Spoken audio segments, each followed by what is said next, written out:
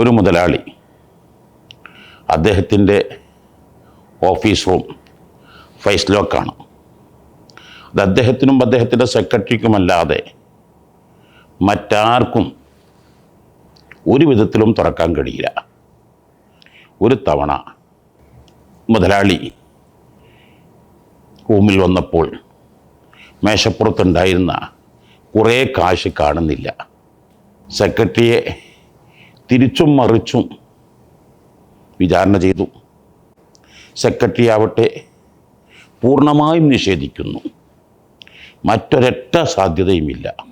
എങ്ങനെ ഈ സെക്രട്ടറി ഉൾക്കൊള്ളാൻ കഴിയും? നന്നായി ശകാരിക്കുകയും ശിക്ഷിക്കുകയും എന്നേക്കുമായി ഡിസ്മിസ് ചെയ്യുകയും പ്രശ്നങ്ങൾ സങ്കീർണമാവുകയും ചെയ്തു. പിന്നീടാണ് ഓഫീസിലെ റൂം വൃത്തിയാക്കുന്ന സമയത്ത് എലിയുടെ താവളത്തിൽ നിന്ന് ഈ നഷ്ടപ്പെട്ട കറൻസികളും വിലപ്പെട്ട പല വസ്തുക്കളും കാണാൻ കഴിഞ്ഞത്. ഇവിടെയാണ് മുൻധാരണ വെച്ച് ആരോടും തീരുമാനമെടുക്കരുത്.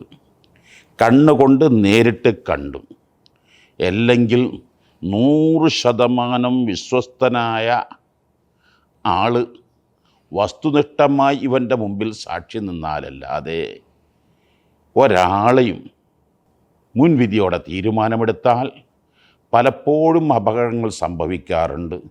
എത്രയെത്ര ബന്ധങ്ങളാണ് മുൻവിധിയോടെയുള്ള തീരുമാനങ്ങൾ തീർത്തും കൂട്ടുകാരൻ നിരപരാധിയായിരിക്കും. ഒരു കാരണവശാലും തൻ്റെ ശത്രുവാണെങ്കിലും മിത്രമാണെങ്കിലും കേട്ടുകേൾവിയുടെയും മുൻധാരണയുടെയും എന്തെല്ലാമോ തോന്നലുകളുടെയും അടിസ്ഥാനത്തിൽ തീരുമാനമെടുക്കില്ലെന്ന് തീരുമാനിക്കുക. വസ്തുനിഷ്ഠമായി ബോധ്യപ്പെടാത്ത കാലത്തോളം എനിക്ക് തീരുമാനമെടുക്കാൻ അർഹതയില്ല എന്നൊരു തീരുമാനം എല്ലാവരിലും അത്യന്താപേക്ഷിതമാണ്, വളരെ നിർബന്ധമാണ്.